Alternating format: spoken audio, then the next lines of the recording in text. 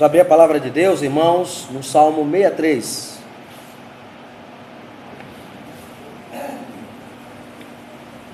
Salmo de número 63.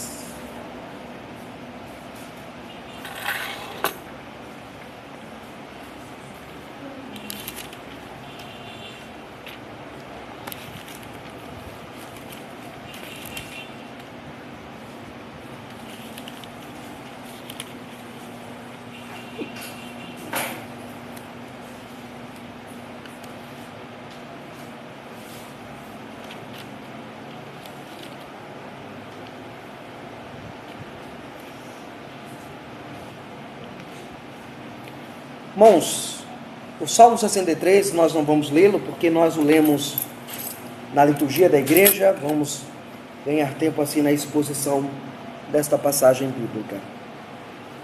Irmãos, considerando aqui esta passagem, a grande questão que nós vamos trabalhar nesta manhã tem a ver com o nosso avivamento pessoal. Tem a ver com o nosso interesse pela causa de Cristo, pelo Evangelho do Senhor, por servir a Cristo e a sua causa através da Igreja do Senhor. E para isso, o livro de Salmos, ele é o nosso companheiro. É aquele livro que nos acompanha durante toda a nossa jornada, durante toda a nossa peregrinação neste mundo. Certamente o livro de Salmos é um dos salmos mais ricos em toda a tradição cristã. A importância do livro dos Salmos, irmãos, para o fortalecimento da fé cristã é inquestionável.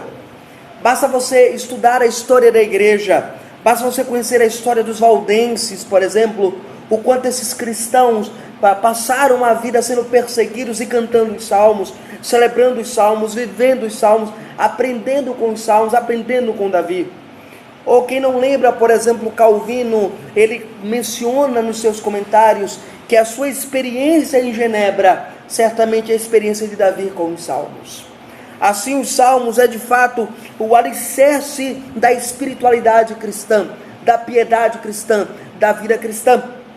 Aqui neste salmo, irmãos, temos a alma sedenta por Deus. Nós temos aqui este salmo, veja, o salmo, ele coloca a situação vivencial, da onde ele surgiu, como ele surgiu, no verso 1. Ele diz, Salmo de Davi, quando estava no deserto de Judá.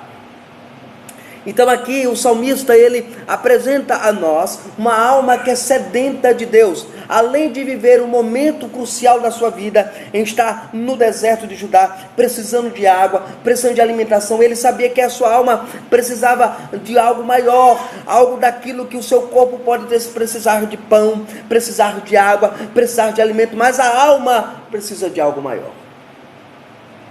E é nesse contexto que Davi escreve. Na história da igreja, este salmo, ele continua sendo um salmo perene, um salmo inigualável. O João Crisóstomo, o grande pregador da igreja antiga, disse que o espírito e a alma de todo o saltério estão resumidos neste salmo. Então, ao estudar o Salmo 63, ao perceber o Salmo 63, ao mergulhar nele, você descobre que é um salmo que resume toda a experiência cristã vivida no Antigo Testamento. Mas também é um salmo que aponta para a experiência cristã vivida na igreja da atualidade. Aqui, irmãos, ainda que neste salmo ele siga de forma bem interessante, de uma forma de súplica, como é o caso do Salmo 22, aqui não se faz nenhum pedido. O salmista aqui adora simplesmente a Deus. Aqui o salmista quer apenas adorar a Deus. Simplesmente o salmista quer viver para a glória de Deus. Uma alma sedenta por Deus, ela não se preocupa em pedir a Deus as coisas que perecem. Uma alma sedenta por Deus, ela procura viver para a glória de Deus. Ela procura viver para o enaltecimento dele. Ela procura viver para a obra fundamental da sua existência, que é viver para Deus. Então, se a sua alma está sedenta por Deus nesta manhã, busquemos viver aquilo que o salmista coloca a nós aqui neste salmo. Quanto ao gênero, ele é classificado como sendo um salmo de confiança, um salmo em que o homem confia em Deus, em que o homem recorre a Deus, em que o homem vive para Deus. 3 ideias eu vou desenvolver nesta manhã, a partir desse salmo, com o tema sedentos por Deus, ou seja, vivendo um avivamento sedento por Deus. Primeiro vamos ver Deus como o anelo do seu povo, depois veremos Deus como o deleite do seu povo e por fim veremos Deus a defesa do seu povo. Ok? Consideremos agora Deus o anelo do seu povo, ou Deus o meu anelo. Verso de 1 a 4, ele diz: ó Deus, tu és o meu Deus, eu te busco ansiosamente. A minha alma tem sede de ti, o meu ser por ti anseia. Em uma terra seca e exaurida, onde não há água. Assim eu te contemplo no santuário para ver o teu poder e a tua glória. Os meus lábios te louvarão, pois o teu amor é melhor do que a vida. Assim eu te bendirei enquanto viver. Ao teu nome levantarei as mãos. Aqui de imediato, irmãos, vemos que Deus é o desejo do poeta. Veja, ele apresenta de maneira imediata que ele coloca Deus como seu desejo, aquilo que ele deseja. A sua satisfação deveria ser Deus, e não matar a sede simplesmente, mas ele queria ter um desejo em direção a Deus. Aqui, irmãos, nós vemos isso de maneira muito interessante. Como é que ele faz isso? Primeiro, reconhecendo que Deus é o seu Deus. Olha aqui o texto: ó Deus, tu és o meu Deus. A palavra aqui, Elohim, aponta exatamente o fato do reconhecimento daquele que é majestoso, aquele que é glorioso, aquele que é grandioso. Ele diz: ó Deus, tu és o meu Deus, tu és objeto do meu culto, tu és objeto da minha adoração, tu és objeto da minha vida de culto, de centralidade. A minha vida não está perdida no caos, a minha vida não está perdida nesse deserto caótico que eu estou vivendo, não. Há um Deus que continua sendo o meu Deus. Então, a primeira atitude de alguém que deseja a Deus é primeiro orar reconhecendo que Deus, ele é o seu único Deus. E aqui é interessante, porque quando ele diz: ó Deus, tu és o meu Deus, na língua hebraica ele está dizendo que Deus é o único objeto de culto dele, o único objeto de adoração, o único objeto de celebração, o único objeto em quem ele confia. Segundo, como é que ele mostra que ele tem um desejo por Deus? Ele decide buscar a Deus. Veja o verso primeiro ainda: a minha alma tem sede de ti, meu ser anseia por ti, ou eu te busco ansiosamente. Olha que coisa interessante: eu te busco ansiosamente. Essa busca de Davi é como alguém que está no deserto à procura de um oásis. Uma pessoa quando está no deserto, a primeira coisa que ele procura é água. Ele não procura outra coisa, ele não procura nem pão, ele não procura nem alimento, ele quer apenas água. Ele sofre miragens, ele olha e vê lá um oásis, ali tem água. Quando ele chega não há nada, então ele diz: eu te busco, a minha alma está ansiosa para te encontrar, para te buscar, para procurar o Senhor, porque a alma, além de toda a dificuldade do corpo, a alma abatida, ela é terrível, ela não é avivada, ela não é feliz, ela não caminha com felicidade, ela não caminha debaixo da graça de Deus. E ela agora, ansiosamente, ele está buscando a Deus, ele está buscando ao Senhor. Então, o primeiro objeto do meu desejo é Deus, não são outras coisas. Deus é o objeto do meu desejo. Mas não é apenas isso. A alma, ela procura ter comunhão com Deus. E aí ele diz: a minha alma. A palavra nefesh, que aparece aqui no hebraico, descreve o meu ser, a minha vida. A minha vida tem sede de ti. O meu ser anseia por ti. Olha que coisa. Aqui, irmãos, você tem uma alma. A alma do poeta procura ter comunhão com Deus.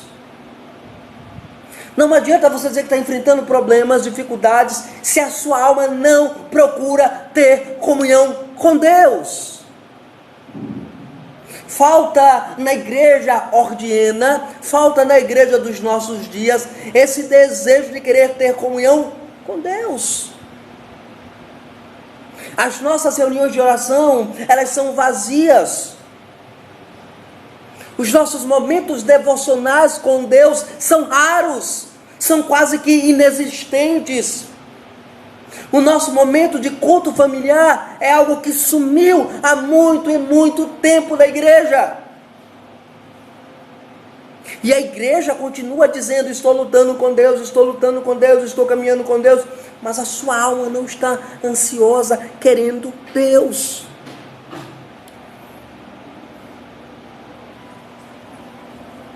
Mas veja aí, interessante ainda no texto, Deus, ele é visto como um oásis para a alma sedenta. Está ainda no verso 1. O meu ser anseia por ti em uma terra o quê? Seca e árida. Seca e árida, onde não há água. Como assim? Davi está no deserto. Davi compara a sua alma à sua situação. Já imaginou uma pessoa que não pode vir à igreja? Como é essa alma que não pode vir à igreja? Davi não podia voltar para Jerusalém porque estava sendo perseguido. Davi não poderia pisar no culto, adorar a Deus no culto, rever os irmãos, ter a alma animada pelo conforto, pelo consolo, pela instrução da palavra. Ele não podia mais oferecer o seu novilho ao Senhor. Ele não poderia trazer a sua oferta a Deus, e a sua alma estava angustiosa. Ela estava angustiada com isto. Ele diz que ele compara a sua necessidade de Deus como alguém que está necessitando de um oásis, de um local para alimentar e saciar a sede. Veja, aonde há água, há vida. Davi está dizendo: Senhor, a minha alma está morrendo, eu preciso da água da palavra, eu preciso da água do evangelho, eu preciso da água da comunhão, eu preciso da água do culto. A igreja de nossos dias abandonou estas coisas. Agora considere aqui a experiência litúrgica do salmista é apresentada no verso 2 agora. Veja, quando eu olho para o oásis, assim eu te contemplo, assim eu olho, assim eu imagino, assim eu vejo. A experiência litúrgica, ele diz: assim eu te contemplo no santuário. A palavra aqui, a palavra santuário, a palavra kadosh aqui, tem a ver com eu te contemplo naquilo que é sagrado, naquilo que é santo. Aqui essa experiência litúrgica agora, ele diz: assim, de igual modo, como alguém que procura um oásis, assim como alguém que encontra satisfação na sede, alguém que consegue olhar para o oásis para encontrar satisfação, para matar a sede, assim eu olho para o templo, assim eu olho para o culto, assim eu olho para a adoração. A minha alma está vazia, a minha alma está árida, a minha alma está amargurada, a minha alma está sofrendo, e eu necessito vir ao culto, à adoração a Deus, para ter a minha alma satisfeita da presença de Deus. Agora, veja que coisa interessante você tem aqui. No verso 3, o apóstolo, o salmista Davi, ele diz: meus lábios te louvarão, pois a tua graça é melhor do que a vida. Aqui, irmãos, o verso 3 aponta para a fé profunda deste salmista, do salmista Davi. Porque a tua graça é melhor do que a vida. A palavra graça, irmãos, agora, ele diz: os meus lábios te louvarão. Vê só, ele olha para o templo, ele olha para o santuário para ver o teu poder e a tua glória. Ao olhar o poder e a glória de Deus, ele está dizendo: eu preciso da presença de Deus diariamente. E aí ele olha: os meus lábios vão te cantar louvores, mesmo no deserto, mesmo na angústia de alma, mesmo nas lutas diárias, mesmo nas batalhas que tenho enfrentado, os meus lábios te louvarão. Nós cantaremos salmos ao Senhor. nós celebraremos ao Senhor. Agora observe bem aqui, por quê? Qual o motivo de você louvar a Deus, irmão? O salmista diz, porque a tua graça é melhor do que a vida. A palavra graça aqui, a palavra graça, a palavra hasedik,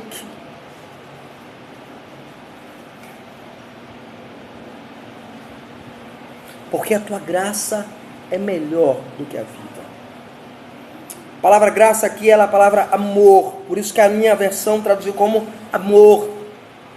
Ele diz, porque o teu amor, a tua bondade, a tua benevolência, a tua graça, o teu amor imerecido é melhor. E a palavra que é melhor aqui, a expressão é kitov.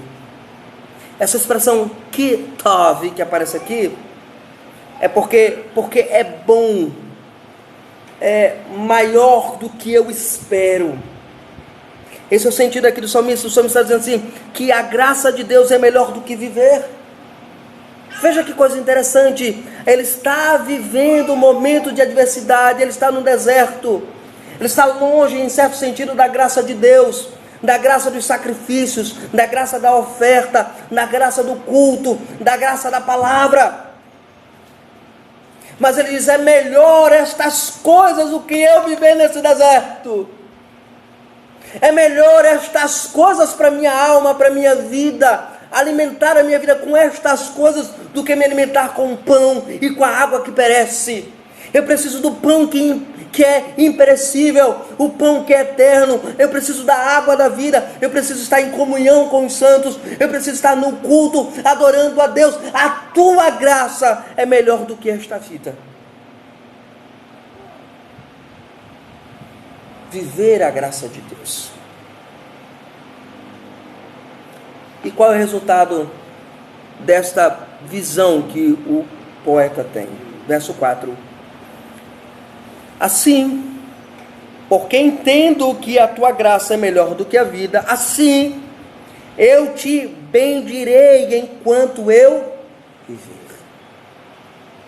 Enquanto for os anos da minha vida nesta terra, quanto tempo o Senhor me permitir viver, por quanto tempo o Senhor me permitir louvá-lo, eu vou continuar louvando.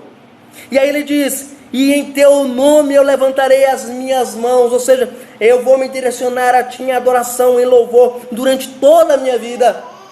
A resolução de Davi, irmãos, não é de alguém que simplesmente estará lá no deserto isolado. Eu vou deixar porque eu não estou mais no culto, no templo, eu não vou mais adorar, eu não vou ler mais a Bíblia, eu não vou mais buscar a Deus porque eu estou sendo impedido de ir à igreja, eu estou impedido de ir ao templo, celebrar ao santuário. Não, eu vou continuar vivendo, louvando o teu nome enquanto houver respiração no meu pulmão. Nós precisamos, como igreja do Senhor, reconhecer esta verdade. Em segundo lugar, Deus, ele é o anelo do poeta, mas Deus também, ele é o deleite do poeta. Versos de 5 a 8 agora, ele diz, a minha alma se farta como numa mesa de carnes, a minha boca te louva com alegria nos lábios, e enquanto me lembro de ti, no meu leito, e medito em ti nas vigílias da noite, pois tem sido o meu auxílio, eu canto de júbilo à sombra das tuas asas. A minha alma se apega a ti, a tua mão direita me sustenta. Aqui, Davi agora quer nos dar uma lição gigantesca. Ele quer nos mostrar a maneira de deleitar-se em Deus.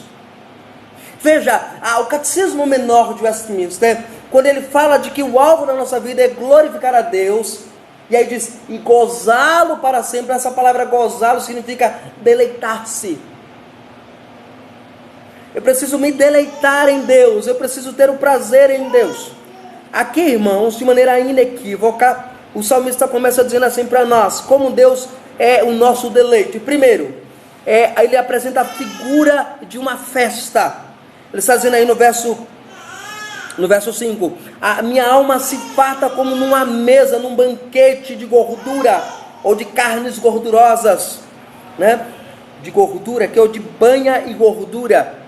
aqui a figura de uma festa. Ele começa a mostrar primeiro que vir à igreja, decidir satisfazer em Deus, é viver a alma festiva, é viver a alma em festa, é viver a vida em festa, é viver a vida alegre diante de Deus. Segundo, ele diz que isso deve ser feito de modo jubiloso.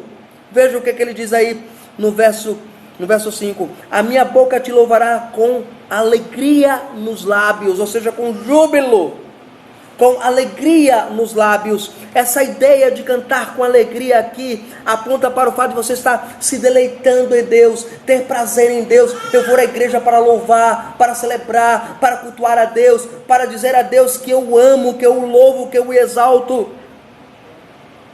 No verso de número 6 agora, o salmista, ele aprende agora a descansar em Deus.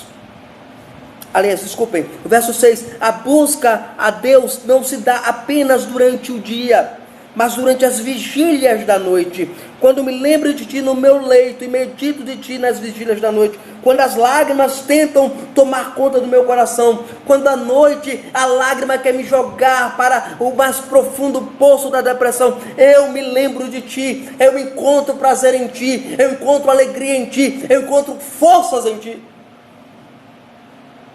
Agora observe o verso de número 7 aqui no nosso texto.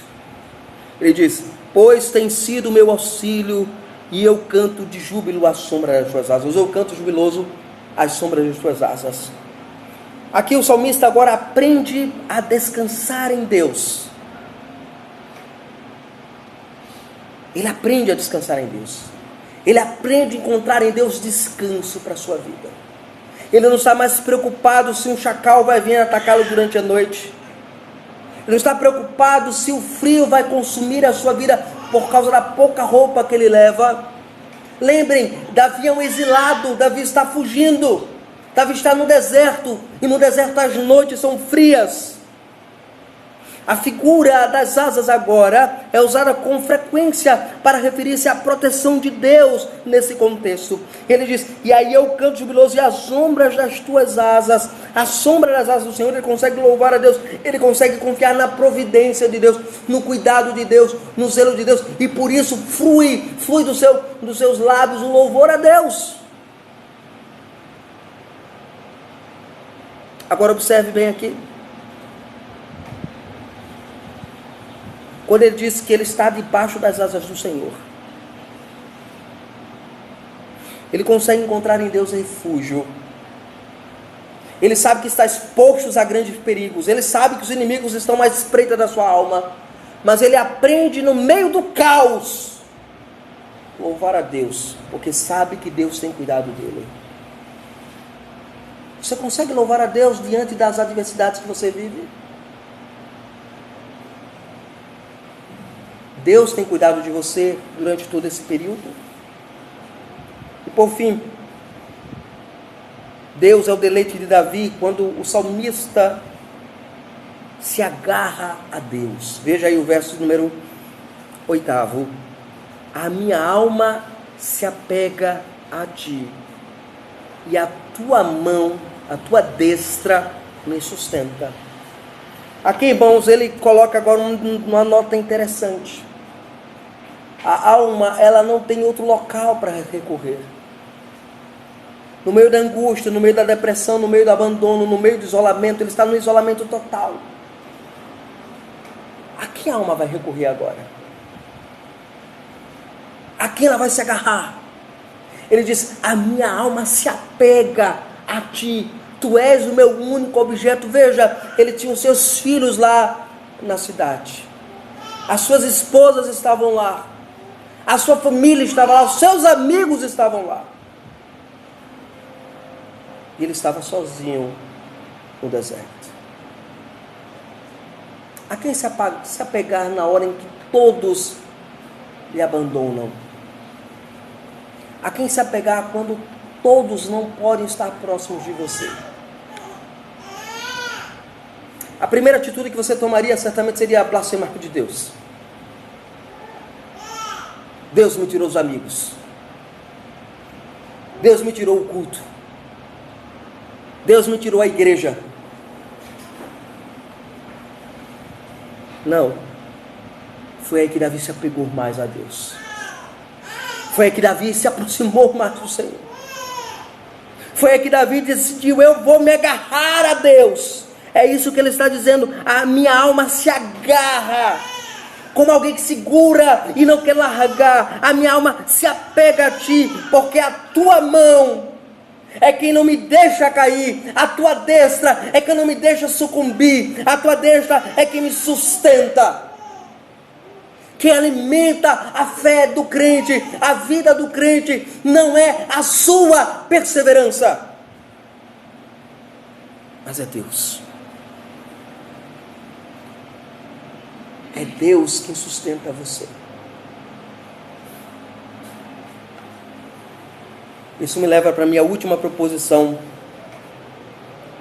nesta manhã. Como ser sedento por Deus, tendo um desejo por Deus, se deleitando em Deus, mas reconhecendo que Deus é a nossa fortaleza e a nossa defesa. Versos de 9 até o verso 11 do nosso texto. Certamente os plebeus, verso 9. Mas aqueles que procuram destruir a minha vida irão para as profundezas da terra. Serão entregues ao poder da espada e servirão de pastos aos chacais. Mas o rei se regozijará em Deus, todo aquele que por ele jura se gloriará, pois a boca dos que proferem mentira será tapada.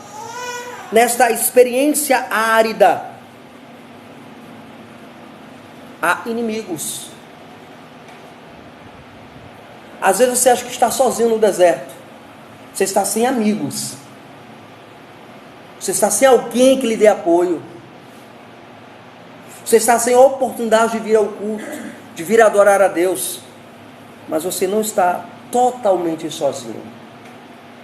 Há inimigos. Nessa experiência árida, há os inimigos de Davi, verso 9. Mas aqueles que procuram destruir a minha vida. Há inimigos. Há sempre inimigos que nos espreitam, à torta e à direita. Há inimigos que nos trazem, irmãos, dores e angústias profundas na alma. Aqui Davi, aqueles que procuram destruir a minha vida irão para as profundezas da terra. Aqui o salmista se preocupa tanto em apoiar-se em Deus, em adorar a Deus, que esquece os seus inimigos. Ele olha para Deus e diz: eu vou louvar a Deus, vou celebrar a Deus, não importa o que os inimigos queiram, eles serão aniquilados, eles serão levados a profundezas da terra. Mas há uma tônica imprecatória aqui neste salmo. Ele lembra que eles abismar-se-ão no mundo dos mortos. A palavra aqui, Sheol, que aparece aqui no texto, nas profundezas da terra, a palavra Sheol significa mundo dos mortos, ou quando muito significa inferno, juízo de Deus sobre aqueles que não se arrependem de seus pecados.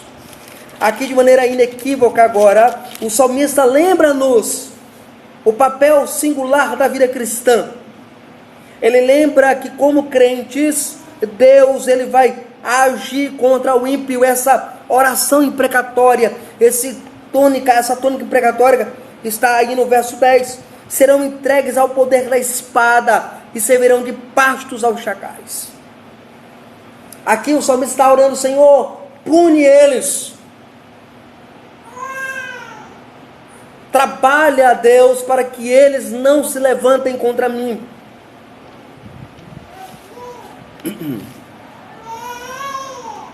Mas aí o verso 11 nos aparece no texto. Mas o rei se alegra em Deus. Aqui, quando ele coloca que o rei busca a sua alegria em Deus. Aqui Davi ele olha e diz: mas eu, o rei, me alegro no Senhor. Israel está sem o seu rei, Israel está sem o seu governador do trono, mas eu busco me satisfazer, me alegrar em Deus. Eu não posso ir ao templo, eu não posso ir adorar a Deus, eu não posso ir cultuar a Deus junto com os meus irmãos, mas eu me alegro em Deus, eu encontro alegria em Deus, eu encontro sustento em Deus.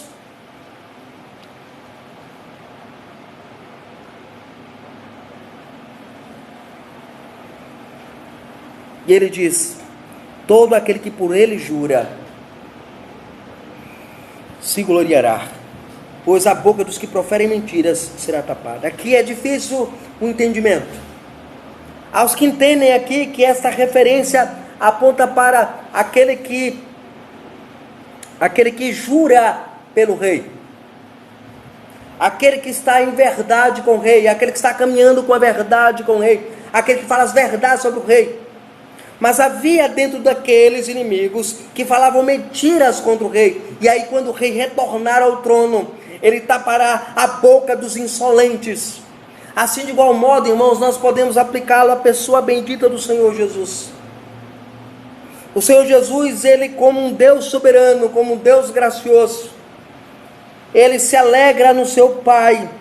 E aquele que por ele jura encontrará satisfação, será glorioso, será reconhecido. Mas a boca daqueles que se mantêm rebeldes contra Cristo, aqueles que se mantêm rebeldes contra o Senhor, aqueles que não reconhecem a Cristo, Deus tapará a boca destes. Assim Davi, antevendo isto, propõe a nós um detalhe fundamental à vida cristã. Para o deleite em Deus, é necessário que reis e plebeus, ricos e pobres, brancos e negros, se rendam a Deus, se encontrem diante dele, se alegrem diante dele, para a glória do Senhor. Diante disso que nós podemos aprender deste salmo e aplicar a nossa vida como igreja do Senhor Jesus. Algumas verdades nós aprendemos aqui neste salmo e devemos aplicar ao nosso coração. Primeiro, se você quer viver o avivamento pessoal, Senhor, eu não estou satisfeito com a minha vida cristã, Senhor. Eu não estou satisfeito com a minha comunhão com a igreja. Eu não estou satisfeito, ó Deus, com a minha maneira como eu trato as coisas de Deus. A minha negligência, a minha falta de compromisso, a minha falta de interesse. Senhor, eu preciso de um avivamento no meu coração. Eu preciso de um avivamento na minha alma, Senhor. Então a primeira coisa é: busque desesperadamente a Deus. Entregue-se aos pés do Altíssimo nesta manhã. E diga: Senhor, eu preciso ter sede de Ti, Senhor. Eu preciso ter fome da Tua palavra. Eu preciso beber da fonte que não perece, da fonte que jorra para a vida eterna, como o Teu Filho disse. Faz com que minha alma tenha saciada a sua sede, faz com que ela deseje buscar a fonte nas cisternas que não são rotas. Então pense nisso. Segundo, aprenda que a vida cristã, para ser nutrida e alimentada, é necessária estar em comunhão com os santos na igreja.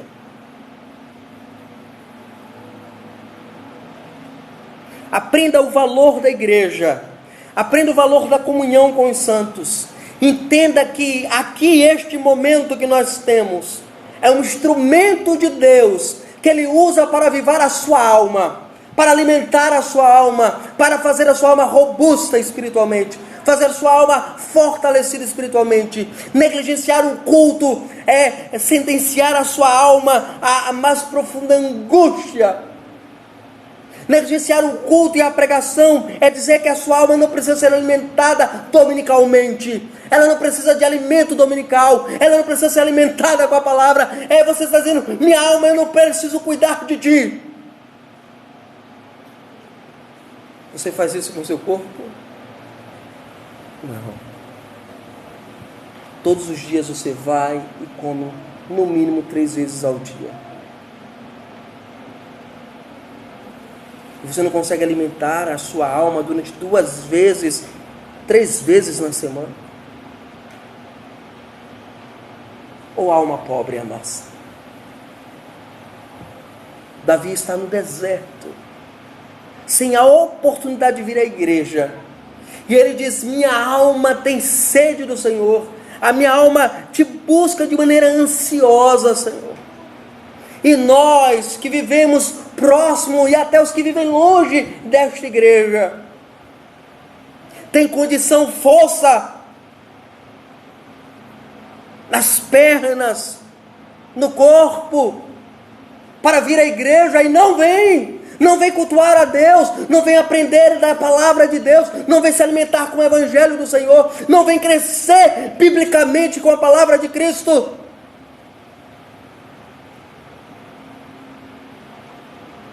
Prefere se alimentar das alfarrobas que o mundo oferece.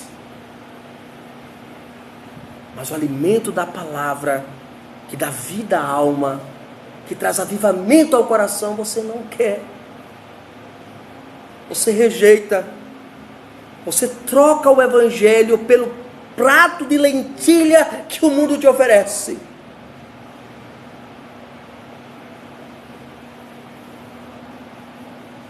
Então não faça isso mais. Diga ao seu coração e à sua alma nesta manhã: Senhor, eu não vou mais negligenciar o culto ao Senhor. Eu preciso estar no culto.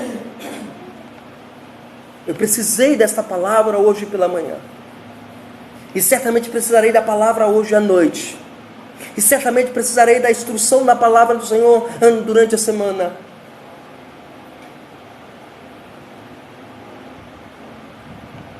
Por fim,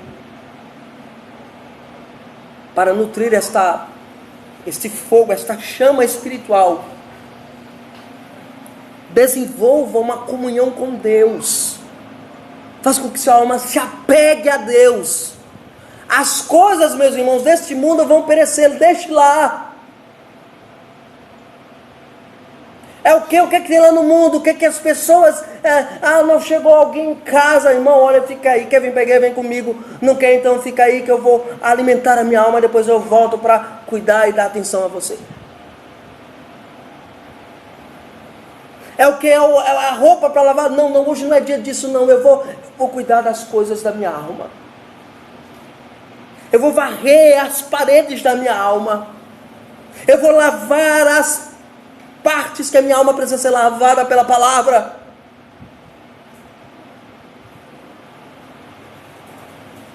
Eu vou comer do banquete, da mesa que o Senhor coloca diante de mim todos os domingos. Eu cuido desta casa durante 6 dias. Mas no domingo o Senhor cuida da minha casa. No domingo o Senhor cuida da minha alma. No domingo o Senhor alimenta a minha alma. Cuida da minha alma. Eu vou à igreja para me alimentar do evangelho do Senhor. O dia da feira da alma, já dizia os puritanos, é o domingo. É quando a minha alma vai se alimentar, vai fazer a sua feira, vai comprar alimento para abastecê-la durante a semana. Eu vou comprar as minhas verduras no sábado, mas no sábado espiritual, no Shabat cristão, vou comprar aquilo que me abastecerá durante toda a semana. Se apeguem a Deus, irmãos. Faça com que a alma de vocês cuidem de se agarrar ao Senhor. Os dias são maus. O mundo está se voltando dia após dia contra a igreja. E o mundo dia após dia tem inventado 1001 coisa para tirar você da comunhão dos santos. Que o Senhor nosso Deus aplique isso em nossos corações. E que nós possamos mudar a nossa vida para um avivamento verdadeiro e espiritual para a glória de Deus. Amém.